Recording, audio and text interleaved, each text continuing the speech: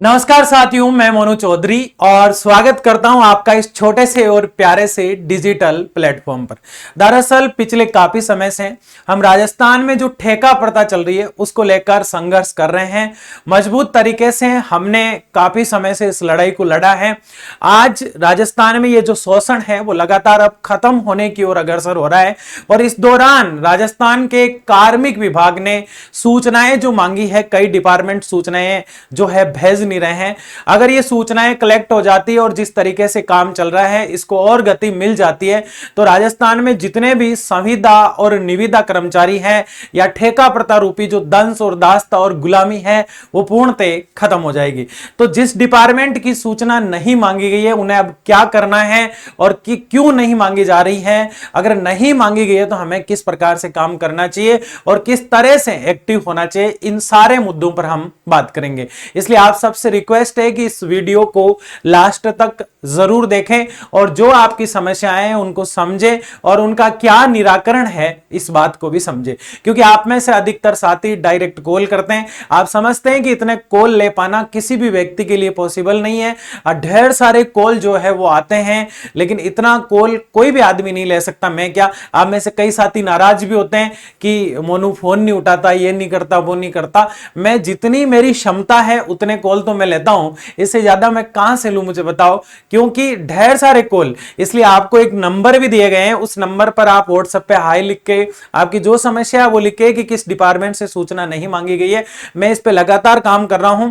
आपने देखा कि निविदा और संविदा कर्मचारी राजस्थान में जितने भी हैं उनको एक रोजगार की सिक्योरिटी मिल सके, एक बेहतर रोजगार जो दिया गया है उसमें उनको एक बेहतरीन वेतन मिल सके और रोजगार की गारंटी मिल सके, इसलिए सरकार ने एक अच्छा कदम उठाया है। पहले इस कार्य को आप सब जानते हैं कि प्रशासनिक विभाग कर रहा था, अब कार्मिक विभाग ने एक लेटर जारी करके सबको जो है सूचना मांगने का काम जो है वो सौंपा गया है अलग अलग डिपार्टमेंट को। फिर भी कई डिपार्टमेंट में जो अफसर हैं जिन्होंने भेजी है सूचनाएं, लेकिन कई अफसर ऐसे हैं, शायद पता नहीं कौन सी वजह है जो उनको रोक रही है, वो सूचना बिल्कुल जीरो लिख के भेज रहे हैं, क्योंकि हो सकता है उनको इससे कोई फायदा हो रहा हो, इसीलिए वो सूचना जीरो लिखकर भेज रहे हैं। आज तक उन अधिकारियों को अपने डिपार्टमेंट में काम कर रहे उन कर्मचारियों पर, अस्थायी कर्मचारियों पर इतनी भी दया नहीं आती। सारे लोग ऐसे नहीं होते, मैं कई एग्जांपल भी आपको अभी दे सकता हूं, लेकिन सरकारी जो चीजें होती है वो बताई नहीं जा सकती। लेकिन कई अधिकारी ऐसे हैं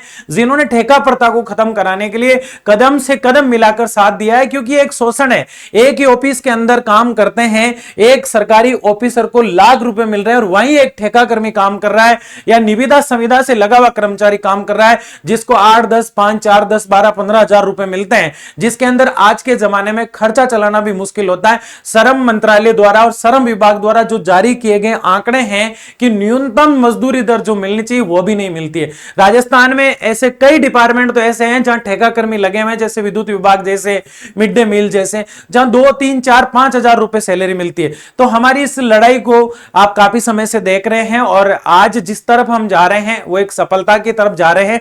कार्मिक विभाग का लेटर जो है उस पर भी हम बात करेंगे और ठेका प्रथा का प्रोसेस किस प्रकार से खत्म होगा इस पर हमने पूरा पिछली बार डिस्कस किया था। आज हम और बेहतरीन बातें करते हैं और सबसे बड़ी समस्या जो है वो ये है कि हमारी सूचना नहीं भेजी जा रही है। आपका सबसे बड़ा सवाल यह है, और कई डिपार्टमेंट ऐसे हैं उनको तो पता ही नहीं आज तक कि सूचना मेरी जो है मांगी गई है कि नहीं मांगी गई है, मुझे एक्टिव होना चाहिए, मुझे एक्टिव नहीं होना चाहिए। अरे यार ऐसे क्या करते हो? अगर आप जिस नौकरी को कर रहे हो और इतने सालों से कर रहे हो कम वेतन लेते हुए भी कि एक दिन हम स्थायी हो जाएंगे, एक दिन हमारा जो जॉब है उसकी सिक्योरिटी मिल जाएगी, कब तक दुनिया को हम झूठ बोलकर ये कहते रहेंगे कि हमारी नौकरी जो है सरकारी है?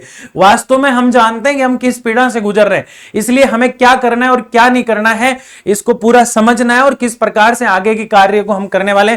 आपने देखा अभी 3 दिन पहले डेलीगेशन के माध्यम से धरना स्थल शहीद स्मारक से पुलिस प्रोटेक्शन के साथ मैं और वोकेशनल के कई साथी गए थे, रघुपाल जी जैसे साथी मजबूत और वहां पर डेलीगेशन जब हमारा के पाठक जी, जो इस कार्मिक विभाग के अध्यक्ष है, सचिव है जिसे हम कह सकते हैं, जो इस कार्मिक विभाग का पूरा स्ट्रक्चर देखते हैं, जिनके हाथों में ये निविदा संविदा कर्मचारियों की जो बागडोर है वो डाली गई है, तो उनका कहना था कि हम इस पे ऑलरेडी काम कर रहे हैं।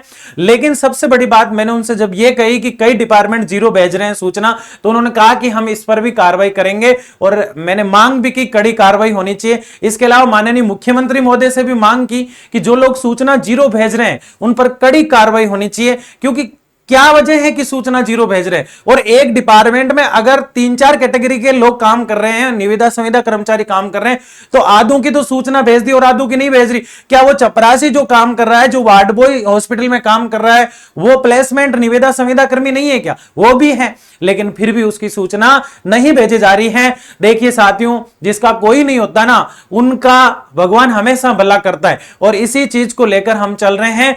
मैं आपसे वादा करता हूं कि जिस डिपार्टमेंट की सूचना नहीं मांगी गई है, हम पूरा प्रयास करेंगे, पूरी टीम लगी हुई है। आपके लिए एक नंबर भी जारी किए गए हैं कि किस डिपार्टमेंट की सूचना नहीं मांगी गई है अभी तक। हमें जैसे ही मैसेज मिलता है, बस ये है कि आपको एक्टिव होकर मैसेज करना। आप बिल्कुल आलस में मैसेज भी नहीं छोड़ सकते हैं, आपके लिए जो इंफॉर्मेशन है उसको भी नहीं देख सकते, अपने साथियों को जो सूचना है उसको शेयर भी नहीं कर सकते, फिर तो आपका क्या ही किया जा सकता है। ठीक है ना? तो कैसे क्या है मामला, हम समझते हैं थोड़ा सा। दरअसल निविदा संविदा कर्मचारियों को लेकर महत्वपूर्ण जानकारी मैं आपको बताने वाला हूं। ठेका प्रथा की मुहिम जो है, जिसे हम ठेका प्रथा को खत्म करने की ओर चल रहे हैं। क्या कहना है मंत्री जी का? मंत्री जी का यह कहना है कि जो सूचना जीरो भेज रहे हैं उस डिपार्टमेंट पर कार्रवाई डेफिनेटली की जाएगी। धरना स्थल पर देखा हमने, जब धरना दिया तो आरएलपी सुप्रीमो हनुमान बेनीवाल जी ने भी हमें समर्थन दिया, वो वीडियोज आप देख सकते हैं डाले हुए।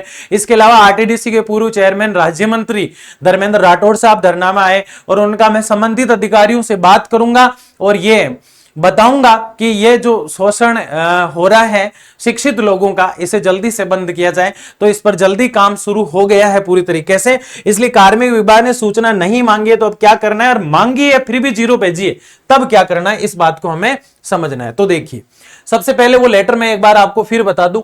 ये लेटर है जो 2025 और 26 प्लेसमेंट बजट घोषणा में बात कही गई थी, उसको रिप्लेस करने के लिए। पहले ये ठेकाकर्मी की सूचना जो है ये नहीं मांगी गई थी, सिर्फ संविदा वालों की बात इसमें की गई थी। हमने निविदा जो है वो भागदौड़ करके इसमें अडॉप्ट करवाया है। इसलिए अब राजस्थान में निविदा संविदा कर्मचारी जितने भी, अब आप में से कईयों के सवाल ये होते हैं, अधिकतर मैं कमेंट देखता हूं कि क्या हमारा डिपार्टमेंट इसमें शामिल है?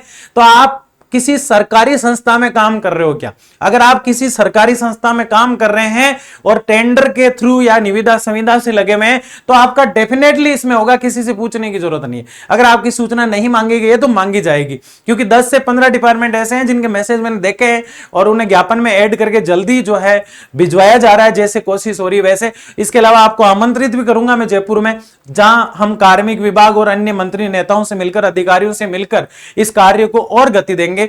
तो यहां पे अगर कोई डिपार्टमेंट सूचना नहीं भेज रहा है तो हम क्या कर सकते हैं, हमारे पास क्या अधिकार है, इस पर हम बात करेंगे। तो देखो हमारे पास क्या अधिकार है, हमारे पास सूचना का अधिकार है। हमारी सूचना जो मांगी गई है वो सूचना क्यों नहीं भेजी जा रही, इसकी सूचना लेने का हमें भी अधिकार है। और उसके बाद हम 5 या 4 स्टेप ऐसे होते हैं जिन्हें अपनाकर अपनी जो सूचना है उसे भिजवा सकते हैं। कैसे? सूचना का अधिकार अधिनियम जो रूल्स एंड रेगुलेशन मेथड और लॉ कानून बना हुआ है 2005 का, ये कह रहा है यदि कोई सरकारी विभाग मांगी गई सूचना नहीं देता है तो ये सूचना का अधिनियम जो है 2005 राइट टू इंफॉर्मेशन एक्ट 2005 के अंतर्गत उल्लंघन माना जाता है। इस स्थिति में निम्नलिखित कार्रवाई की जा सकती है। अगर कोई डिपार्टमेंट सूचना नहीं भेज रहा है, हमने मतलब कार्मिक विभाग ने सूचना मांगी और फिर भी कोई डिपार्टमेंट सूचना नहीं भेज रहा है, इसका मतलब वो गलती कर रहा है। और उसके लिए क्या किया जा सकता है, ये मैंने काफी लोगों से मेरी बात भी हुई, मैंने उनसे कहा कि जो कार्रवाई हो सकती है हम करेंगे, क्योंकि शोषण को तो खत्म करना है। प्रथम सबसे पहले हम क्या करेंगे, अपील होती है, फर्स्ट अपील। ये क्या होती है, यदि विभाग द्वारा निर्धारित 30 दिनों में, ध्यान से सुनना आप सारी बातों को, कईयों को जल्दी होती है, जिंदगी भर उम्मीद लगाए रहते हैं कि कभी ना कभी हम स्थायी हो जाएंगे, कभी ना कभी हमारी जॉब की सिक्योरिटी गारंटी हो जाएगी, कभी हमारा वेतन जो आज है उससे 2 गुना 3 गुना हो जाएगा। और एक जब कोई सूचना आती है उसको आप देखते नहीं है, समझते नहीं है, इसीलिए दलदल आज तक कई सालों से चल रहा है। कई राज्य स्टेट ऐसे हैं जहां वर्तमान सरकार हमारे राजस्थान में जो बीजेपी की है उसी प्रकार से सरकार है और उन्होंने इस कार्य को किया है। माननीय मुख्यमंत्री ने इस मुद्दे को समझा है, जाना है और वास्तव में इसका निराकरण और हल भी ढूंढा है। तो कैसे क्या करते हैं, पहले यदि विभाग द्वारा निर्धारित 30 दिनों में सूचना नहीं दी जाती है या असंतोषजनक उत्तर दिया जाता है, मैं कह रहा हूं कि कितने डिपार्टमेंट, लगभग 70% डिपार्टमेंट ऐसे हैं जो असंतोषजनक ही जवाब दे रहे हैं। क्या दे रहे हैं? असंतोषजनक जवाब दे रहे हैं। इनका कुछ ना कुछ हमें करना चाहिए, इनका कुछ ना कुछ हमें करना चाहिए। क्या करना चाहिए बताओ? इनका सबसे बड़ा सॉल्यूशन क्या है? एक मिनट। हाँ, अपील संबंधित विभाग के वरिष्ठ अधिकारी के पास कर सकते हैं। यह धारा जो है 9(1) के अंतर्गत आता है कि अगर कोई डिपार्टमेंट सूचना मांग रहा है, जैसे कार्मिक विभाग सूचना मांग रहा है, विद्युत विभाग से मांग ली, किसी भी डिपार्टमेंट में जो लोग लगे हुए हैं सरकारी संस्थाओं में, उनसे मांग ली, है ना।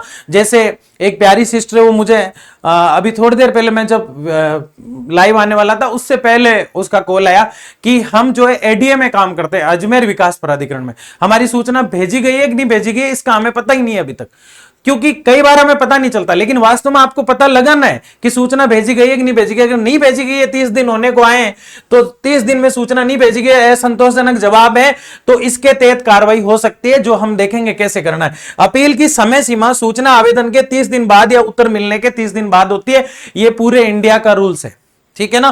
तो 30 दिन के अंदर सूचना भेजनी होती है। अगर अभी भी कहीं सूचना नहीं भेजी गई है, वैसे तो उसमें डेट जल्दी की लिखी हुई है कि 19 तारीख के आसपास तक भेजनी है, लेकिन अभी तक भी नहीं भेजी है, तो एक बार आप उन्हें कह दीजिए कि सूचना जरूर भेजे आप, ठीक है। इसके अलावा पहला काम तो ये हो सकता है। दूसरा क्या हो सकता है? द्वितीय अपील, सेकंड अपील। यदि प्रथम अपील में भी समाधान ना मिले, हमने कहा कि सूचना भेजो और उन्होंने सूचना नहीं भेजी है, तो हम इसके तहत कार्रवाई करेंगे। और ये कहां करेंगे? ये कार्रवाई होती है पीआईओ के पास। किसके पास होती है?